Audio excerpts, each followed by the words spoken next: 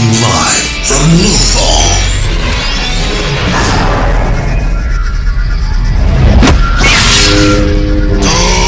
Good morning, Lothal. It's the Unofficial Star Wars Rebels podcast. Hello, everyone, and welcome back to another exciting edition of Good Morning Lothal, the Unofficial Star Wars Rebels podcast. I'm Pete Salas, along with Rolando Zamora. Happy 2023, Rolly. How we doing? Yeah, Happy New Year. Merry belated Christmas. I'm doing all that stuff. Well. But how are you doing? I'm good, man. I'm good. It's been a long time. December, I think I highly underestimated just how busy I was going to be outside of, the realm of the podcast and in my professional life, let's call it. So I was completely just book solid from the minute December started all the way through to the end of the month. So that's probably why we took a 5-week hiatus, I think, something like that. Yeah, something like that. I'm in a similar position. I know initially you told me you needed to postpone a week, and then sure enough, the following week I had a lot going on. And yeah, I think now that I'm kind of like doing sales with our shop, I really underestimated the holiday season too. So it's been busy. It's been great though. So I can't understate that. But yeah, it was something new. It was and it definitely affected our recording. But yes. I know I definitely wanted to get back to doing this because in doing so, just being at the shop, you'd be surprised. Like we had like some friends and like friends of friends come in, and they were like, hey, you guys haven't done a podcast episode. Yeah. So it was cool to hear because some of them were from people that I didn't know, and I didn't realize that they were listening to our show. So oh wow. Yeah, it was really awesome. That is good to know that we were actually missed. So it's nice to be missed. Yeah, seriously, it's been fun. So I look forward to doing this for the full year this time. I know we kind of started in the summer or something like that, but yeah, we started we still have a lot on the plate for Rebels. I think last March or April, something like that is when we started, I think. Crazy. Wow. So anyway, yeah. So yeah, it's like we said, it's been a hectic couple weeks for your hosts here, but we're back, and hopefully there will be little to no interruptions for the remainder of the show. So anyway, before we get to Star Wars Rebels, which is what we're all here for, Rolly, what's happening around the galaxy? Let's see what's happening this week in Star Wars. So I'm really excited to talk about this week. You guys that are on YouTube can see it on my shirt. There you go. The Bad Batch Season 2 debuted this week. So by the time this episode is dropping, we will have probably already seen the third episode because we got the first 2 episodes this week. But yes. I think I'm speaking for Pete on this one also. We're both fans of the show, so it was exciting to get it again. And it was kind of strange, Pete, because don't get me wrong, I was incredibly excited, but coming off of like an insanely strong year for Star Wars, it was just kind of like, all right, I'm ready, let's do this. I don't know what to expect. I wasn't too overhyped, I guess, because we've been getting so much Star Wars. But dude, as soon as the show starts, I don't know about you, but the animation just seemed like insanely top notch. It might have been combined with that opening scene where they're kind of like in a beach setting, but wow, I was just like, I know we just got Tales of the Jedi a few months ago or not too long ago, and this just seemed like it crushed it in the animation department. Yeah, definitely. The funny thing happened, like I was using a certain profile or a different account, and I went to another one because I have a couple friends who lend me their password. Anyway, not important. So I guess I had watched season 1 on one profile, and when I went to the other one, I didn't realize that I had never touched Bad Batch on that one. Anyway, long story short, I thought I went to the correct one. I went to season 2, episode 1, but apparently I pushed season 1, episode 1, and I started the first episode of the first season, right? So I'm like watching it, and I'm like, okay, why are they going back to like Caleb and Deepa Palaba and that scene? Like, okay, we're starting with a flashback, okay, and I had completely forgotten that I'd already seen that episode a year ago. So I'm like, okay, this seems vaguely familiar. Are they just like repeating it? And I'm like, what the hell's going on, dude? I watched like 9 minutes of it, and I'm like, oh my god, what an idiot! Like, I didn't realize I was watching episode 1, season 1. So anyway, I got to the right episode, and you're absolutely right. The animation is top notch. It looks like a 4K video game almost. It's really Seriously. really Yeah, insane. I was just like so. Aside from me loving the Bad Batch, the characters, I was just so much more engulfed in the show because of the way that it visually looked on screen. So I mean, I don't know how they're doing it with the animation, but they're killing it. So it's really exciting to watch all this Star Wars content animated. It makes me even more excited to get more. So Yeah, exactly. Well, I feel the same way. what were your like favorite things from the debut? Well, I really like that it was basically a lot of action with, there was very little need to tell the backstory or tell any backstory really. I mean, it just kind of like started with action, and we got plugged right back into the group, the world of the Bad Batch. So it would just hit the ground running as far as action went. So I really like that. I like that Omega is more a member of the team as far as helping, and she's still like learning. She's still a kid. There's still that undercurrent of it, but they're not relying so heavily on the fact of like, oh, she's a little kid that we need to protect. Like, she's actually part of the team now. I dug that. Yeah, and I love how she's armored now. She's running around in PJs from Vito. Right, exactly. But yeah, I'm a huge Omega fan, and just since we're talking about her, one of the podcasts that I listen to religiously for Star Wars, they're called the Sky Talkers. Shout out to them. They actually got to do a sit-down interview with the director D. Bradley Baker, who voices the entire Bad Batch, and Michelle Ang. And I've gotten to meet D. Bradley Baker in person. Obviously, I've never met Michelle Ang, but when they interviewed her, dude, like, basically Michelle Ang's voice is Omega. She doesn't have to do anything different. So it's cool because you're listening, like, they have an audio podcast, so you just hear them basically interviewing Omega directly. Okay. So yeah, she's not putting on like a New Zealand accent. That's really her voice. Yeah, that's really her voice. Oh, and okay. They made a point of emphasis too to mention, and I didn't know this, I thought this was really cool, that apparently Disney told Michelle Ang not to change her voice or anything because they wanted her New Zealand accent to be a tribute to Temuera Morrison being from New Zealand. Right. So they wanted that association with Django / Boba, and just her naturally being New Zealand. So yeah, I just think that adds so much more character depth to Omega. I'm looking forward to seeing the direction the show's gonna go with her, because obviously the show is not just about Clone Force 9 and the Bad Batch, but the development and growth of Omega and where this story leads her. No, absolutely. So where do you think it's going this season? I have no clue. The only thing I'm certain based off of what we got in these 2 episodes was there was definitely a point of emphasis where Echo tells, I believe he's speaking to Hunter. Echo tells him, hey, we need to be contributing more. And what he means is they're still working for Sid. They're doing missions to basically earn credits to buy their freedom. But from Echo's standpoint, remember, Echo was more an OG than the Bad Batch. The Bad Batch were always like side mission guys. Echo just thinks that, the Empire is now in control and they need to be doing more to fight against them as opposed to just doing these missions to survive. So I think that we're going to see that for sure this season, but I want to know how it's going to affect Omega, because Omega is definitely more mature. She's growing up and she's going to start, developing her own path, I believe, as well. So I kind of think that that's the direction that the show is going to go this season, but we'll see. Okay, so as far as the way that episode 2 ended, which ended in a pretty dark way, was the implication that, I'm forgetting the character name who killed the stormtrooper, commander,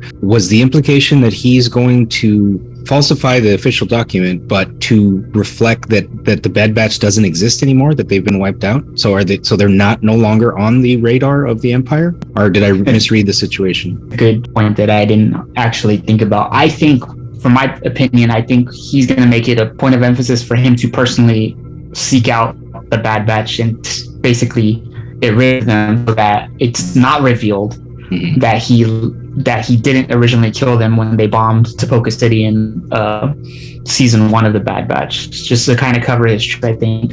And I think that's for Crosshair is going to get involved, obviously, because Crosshair is still with the Empire. So I can see him going directly to Crosshair and saying, hey, you need to search out your brothers and eliminate them. Right. Okay. So since we were out for I don't know how many weeks, we're gonna go over every birthday, not every birthday, but some standout ones over the past few weeks. I don't want to leave anybody out. Right. So first and foremost, we have Rian Johnson, December 17th. He's the director of The Last Jedi. Controversial film, but I'm a fan of his nonetheless. Absolutely. Interestingly enough, I listen to a lot of random podcasts, and he has been on at least 3 of the ones that I listen to, because he's out promoting his new movie Glass Onion, which is a great movie. It's really fun. I don't know if you've seen it yet, but in every podcast that he's on, he inevitably the host will bring up Star Wars and his experience there, and he to this day he still has nothing but positive things to say about his whole experience, which is good. He has a good positive outlook on it, no matter how it ended up or how the fans may have liked it or not liked it, Yeah, I'm happy that he is that way, and that there's no like regression and like, oh, maybe I didn't make a good film. No, I'm happy that he thinks that way, because I certainly think that way of the film. So happy birthday to him, even though it's super belated birthday. Yeah, that's all right. Next on the list, Emily Swallow, December 18th. She voices and I guess plays the armor. I guess it's hard to tell, so she's wearing the helmet. Right. She plays the armor in the Mandalorian, and we've seen her in season 1 and 2, and I believe she's in the trailer for season 3. So I'm pretty certain we're gonna get her again here shortly in the Mando season 3. Next on our list was a really cool cameo in Book of Boba Fett. Jennifer Beals, December 19th. She played Garsa Fwip in the Book of Boba Fett. So I think that was a pleasant surprise for the old people. Not the old people. Wow. All you late 30s, early 40s people. Us. I meant to say us, but getting back into the swing of this thing. Hey, so she looked freaking great for whatever age she is. Right? She's close to 60. She looks amazing. So that's all I know. Yeah, even as an alien. That's crazy, but it was a really cool casting, and I guess cameo. I guess that would be the official title, but who knows. Next on our list, we have Hermione Corfield, December 19th. She plays Taliesin Lintra in the sequel trilogy. Might be a bit of an unknown for you people out there. Pete will throw up a graphic, and you'll certainly recognize her. She was like an A-Wing pilot that was definitely on screen a lot. I remember specifically in The Last Jedi where she was there. So to me, that signifies, this is a character of significance, regardless if she's, first under Poe Dameron or fifth under Poe Dameron. There's definitely something there to her character, and it's, worth looking into. I'm certainly going to do that. Here's a big one. Sam Jackson, December 21st. He plays none other than Mace Windu in the prequel trilogy. And then next on our list, another big name. We were just talking about him with regards to Omega. Temuera Morrison, December 26th. He plays Jango, Boba Fett, every on-screen clone that we get in the prequel trilogy. So he's just a huge contribution to the Star Wars universe. I know he's a big fan favorite. I hope that I can meet this guy at a con one day and get some Mandalorian stuff signed. That'd be really Boba cool. Fett stuff signed, rather. Yeah. And then, we just have like slam dunk after slam dunk here. Diego Luna, December 29th. He plays none other than Cassian Andor in both Rogue One and Andor. So we've spoken very highly of him recently since we were reviewing Andor, and definitely, I would say, a top 5 character favorite now of mine in the Star Wars universe. Yeah, definitely. And speaking of Andor, another birthday from that series, Faye Marseille, December 30th. She plays Velsartha in Andor, and you guys might remember her more specifically as was she Mon Mothma's cousin? Something like that, yeah. Sister or cousin, but yeah, she played a significant role in the Aldhani heist, to be specific. And here's a really cool one. I'm sure Pete's gonna like this one. I think we've spoken about him on the show before. Clancy Brown, January 5th. This is the one that stood out to me.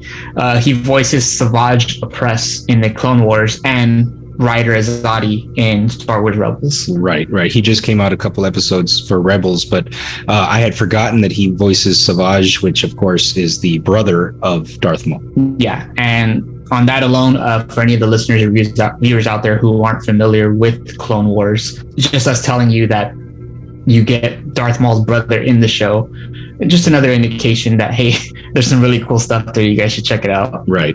And last but certainly not least, coming off of an amazing performance on Andor, Genevieve O'Reilly, January 6th. She plays Mon Mothma in the Andor series. Definitely a standout in that series for sure. Yeah, I can't wait to see more of her character in in season 2, because her and Diego Luna just like killed it. Also Luthen, Stellan Skarsgård. I just did not expect that Mon Mothma character development, so I guess that's why her specifically, I thought she did an insane job just adding to what little was known for me personally for Mon Mothma. Yep. So that wraps up the birthdays. There's one special anniversary that I want to share, and that is that Carrie Fisher joined the Force December 27th. So usually celebrate that as Star Wars fans pretty regularly, because her contribution to the Star Wars universe cannot go understated. So absolutely not. Yeah. So that wraps up the birthday segment of our show. And I just kind of, before we went into Rebels, let's take just a quick look back at 2022. I mean, Rolly, what do you think the standout, let's just keep it to Star Wars. What was the standout moment for you in the Star Wars universe in 2022? Well, if Andor had not come out, I would have said Kenobi, because to be quite honest, Andor makes me forget that Obi-Wan Kenobi came out in the same year, which is crazy, because I remember us talking about and watching and talking about Kenobi and talking about how amazing of a job Deborah Chow and the team did on the delivery. Obviously, Ewan McGregor too, but I mean, Andor just showed up out of nowhere, and I think really blew everything out of the water, set so many different expectations for Star Wars going forward. So for me personally, I have to say Andor was the highlight of 2022 in the Star Wars universe for me. What about you? I'm gonna say in that same vein, yes. As far as new stuff that we got in 2022, Andor has to take the top spot.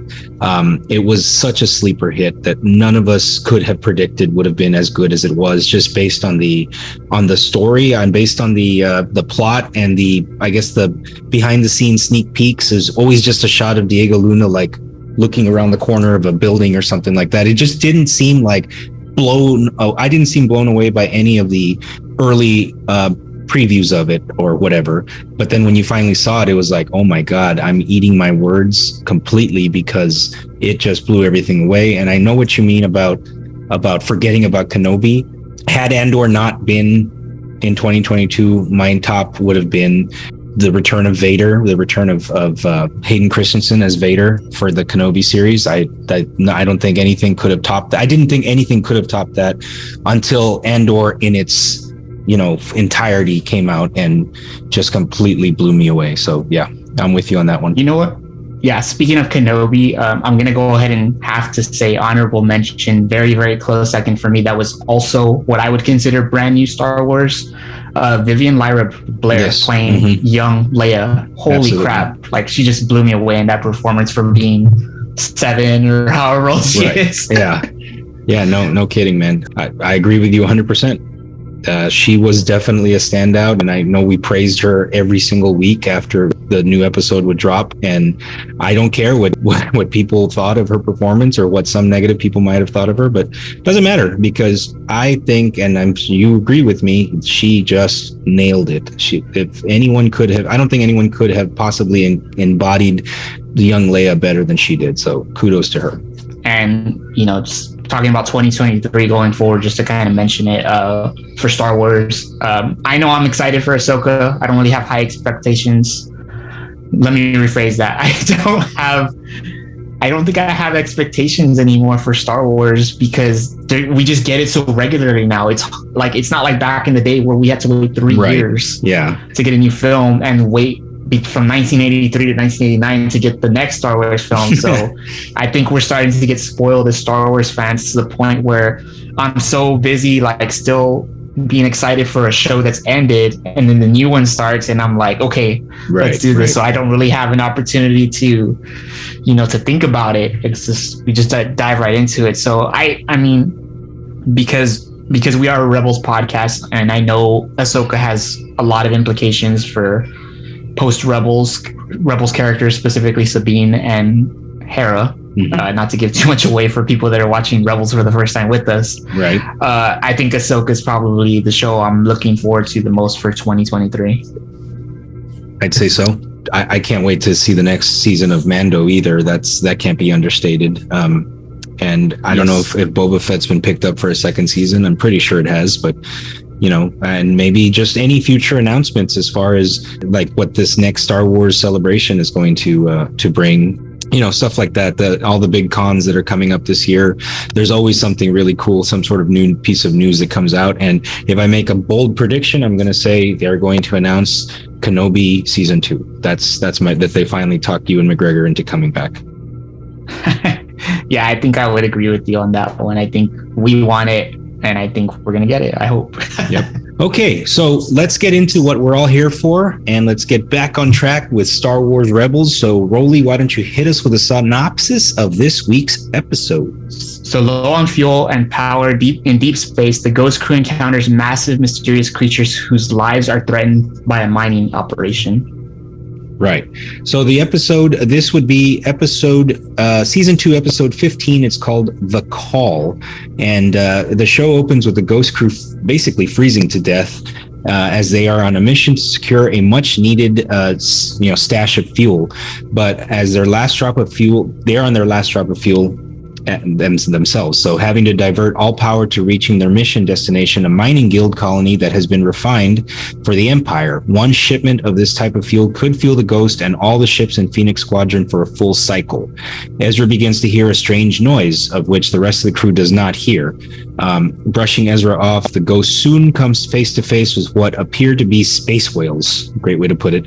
And they are known as the Purgles. So this is just one more example of Ezra's really like almost psychic connection to that, brought on by the Force that he has with creatures and animals. Right. So take it from there. Yeah.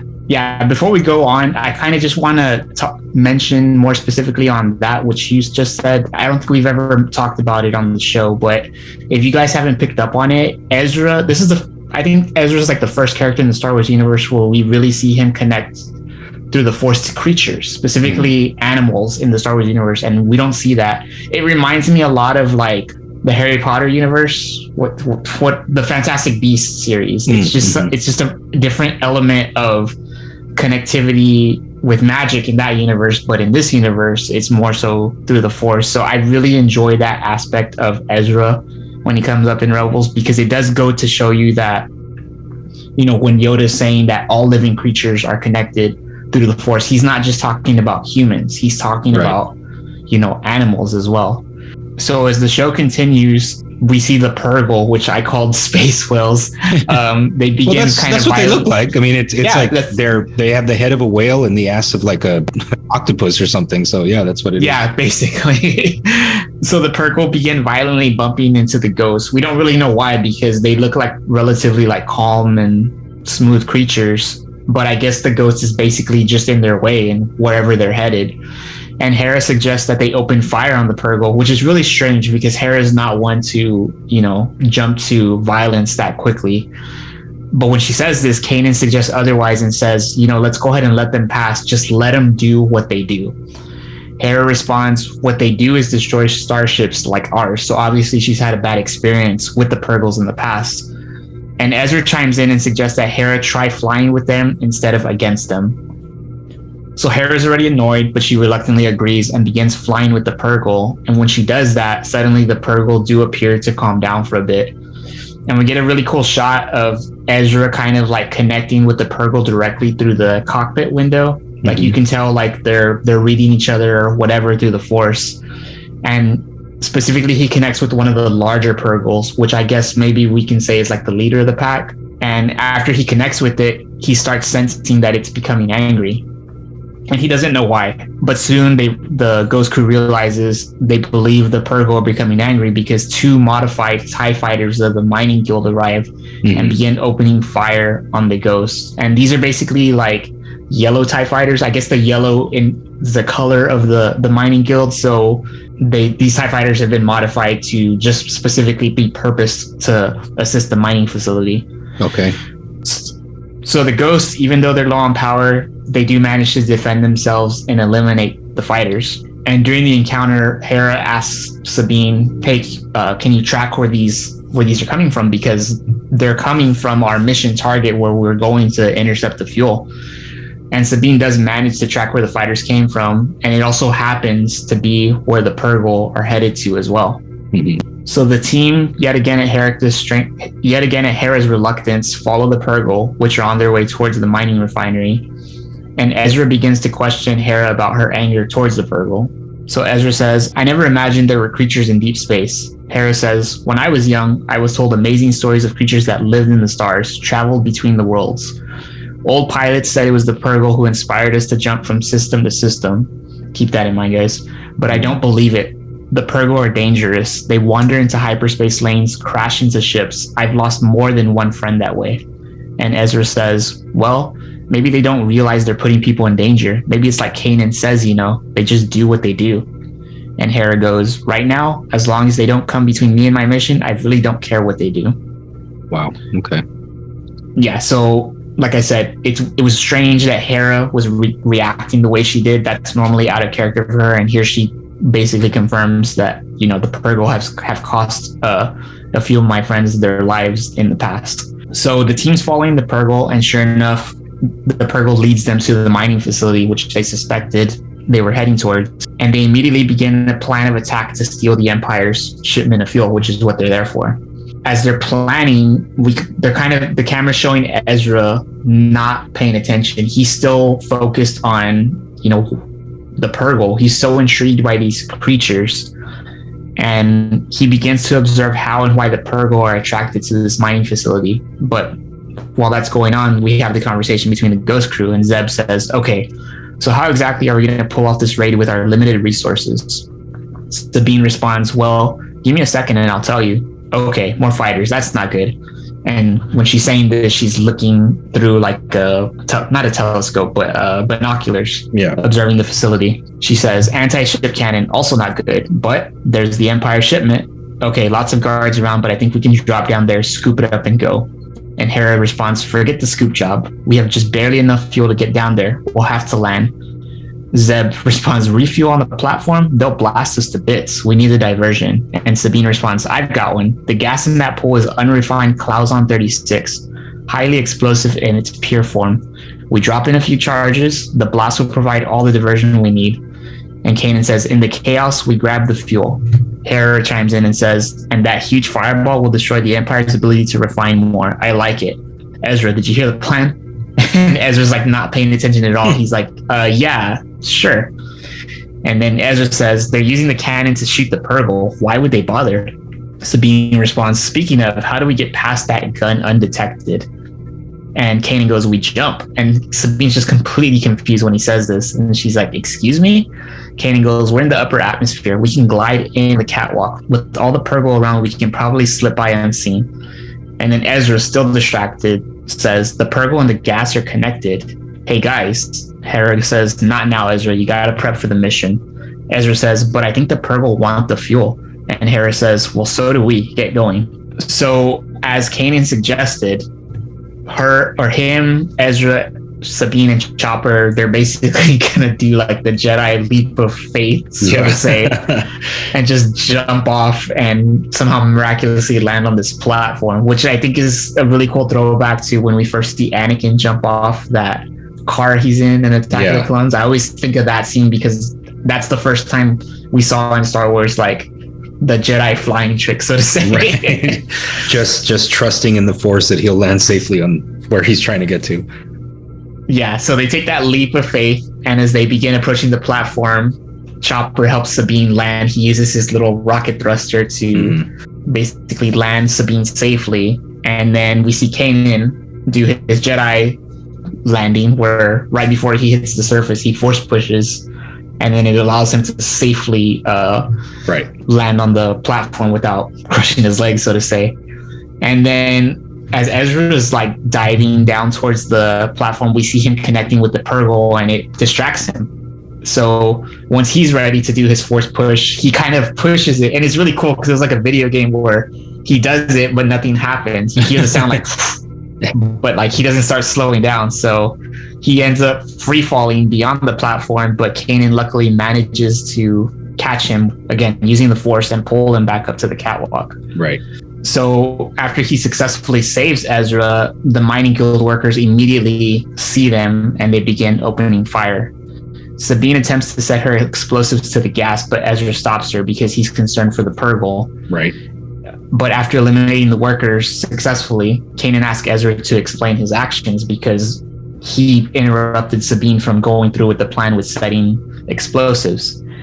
And Ezra says, okay, the gas and the Purgle are connected. We can't blow up the gas without hurting them. And Sabine goes, okay, well, Kanan, what's the plan then? And Kanan says, I trust your instincts, kid. Now get on that cannon and cover us.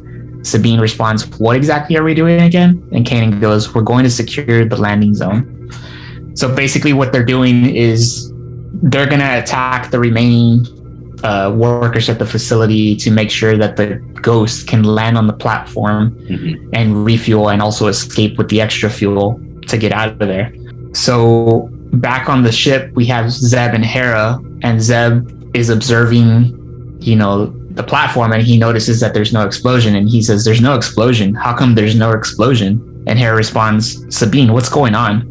So Sabine on comms responds, we're improvising again. Kanan and I are securing the landing zone while Ezra covers us with the cannon. Hera goes, who changed the plan? Sabine responds, the Purgle changed the plan. Hera says, not the Purgle again.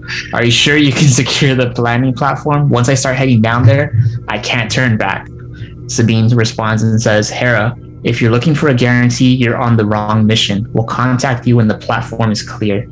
Zeb says, next time, we just plan on the plan changing. That was an interesting, turn of what's the word, where basically Sabine, that's usually something that Hera would say, very matter of fact, kind of, I'm the boss, kind of the buck stops with me. If you're looking for a guarantee, you're on the wrong mission. That sounds like a Hera line, but it's interesting that this time it was being told to Hera by Sabine. I found that interesting. Yeah, I think it's just more so because Hera has no control over what they're doing on the surface level. Right. So Sabine's kind of dictating at that point. What I think I found really interesting is just, I know I've mentioned this before, but the trust that they're putting in Ezra more and more as the show progresses. Kanan just says, hey, if you're going to change the plan, what's the plan? And Ezra clearly has some plan where everybody's going to win in this case, including the Purgle.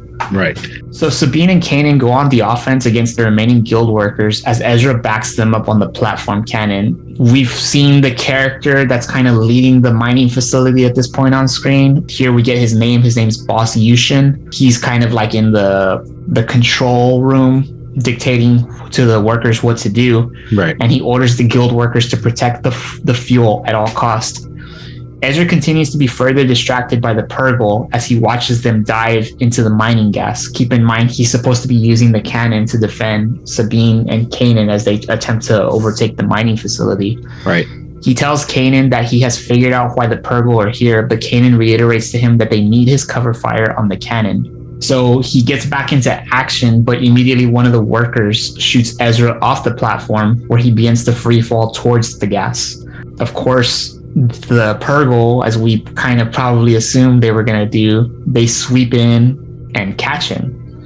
However, when he's caught, his helmet falls off. Mind you, remember that Kanan said that they're in the upper atmosphere, so they're wearing their helmets, so that they can basically breathe. Mm-hmm. So when Ezra's helmet falls off, he begins to pass out while laying on top of the Purgle, and he begins to connect with it even more so.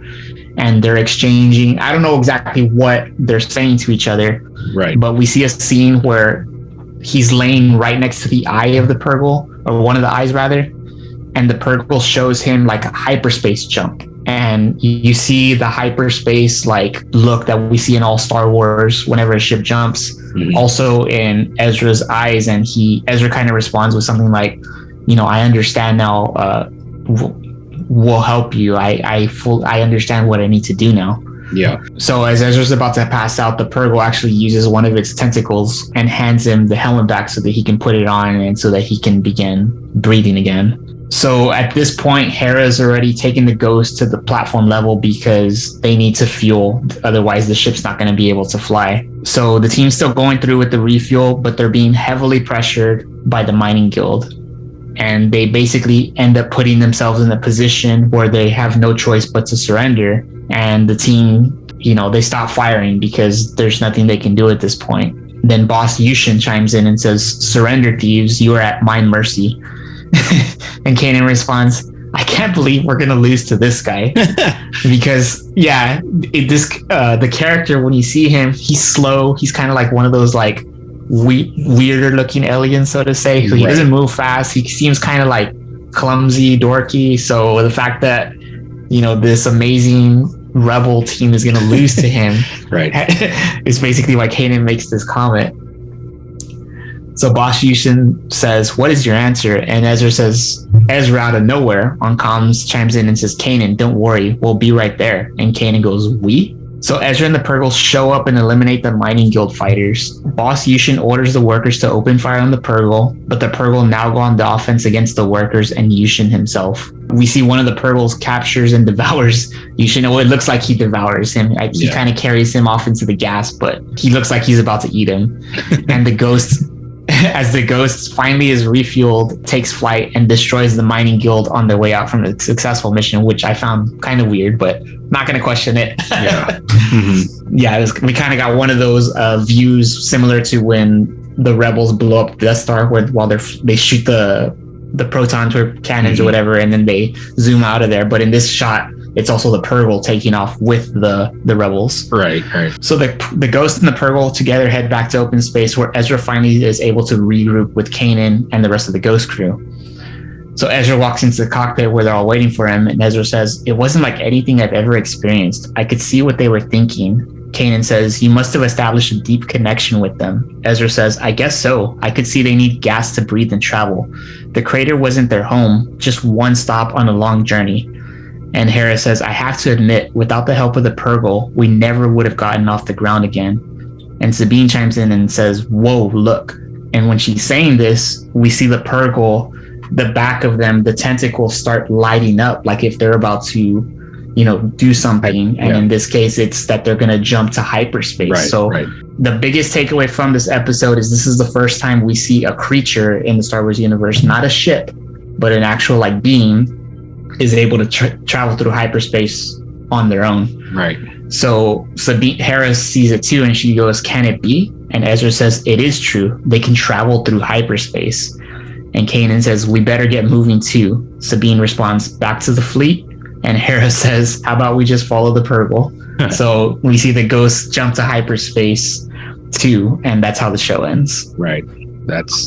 I really like this one. I mean, there wasn't a lot as far as substance goes, but I do like that we were introduced to these creatures that I really have a question to ask, but I know I can't ask because it's for a future episode, so I'm not going to do it. Yeah.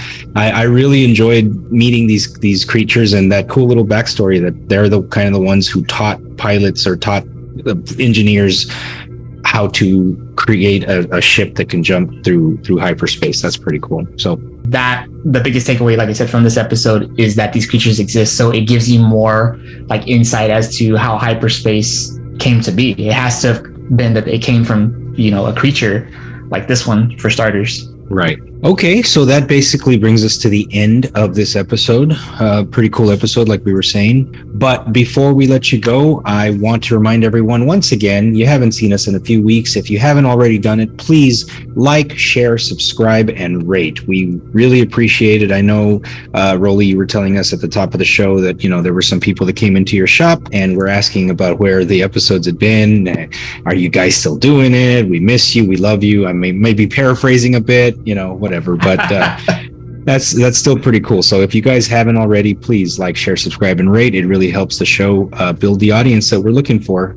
Anything else you'd like to add, Rolly? I just want to let everybody know, don't be scared that we were gone. We're definitely committed to seeing this through. I know for me personally, people coming in and telling me that, asking, where's the podcast? It just like really brought a smile to my face, because I know even though we don't have a big following, I very much appreciate the people that have stuck with us and are looking to hear us or watch us every single week. So I can assure you guys, me and Pete are fully committed to it. We just holidays caught us off guard, and we're back. So right. So once again, like, share, subscribe, and rate. Any comments, questions, jump in the chat. Join the comments section. Drop us a line, whatever the cool kids say these days. We want to hear from you guys. So next episode, we'll be talking about season 2, episode 16, and it's called Homecoming. So I'm very interested what that may be about. We're rounding out, we're heading towards home base here as far as the end of season 2. There's only a couple more episodes left in season 2. So it's really going to ramp up from here. I know that Rebels has a reputation for, being like up and down as far as shows go, but like it starts hot, and then it may have a couple fillers, and then it gets hot again, and it's definitely going to get hot towards the end of the season. So want you guys to stick around for that. So if nothing else, want to thank everybody for listening, and this has been Pete Salas along with Rolando Zamora, saying may the force be with you always. Happy 2023.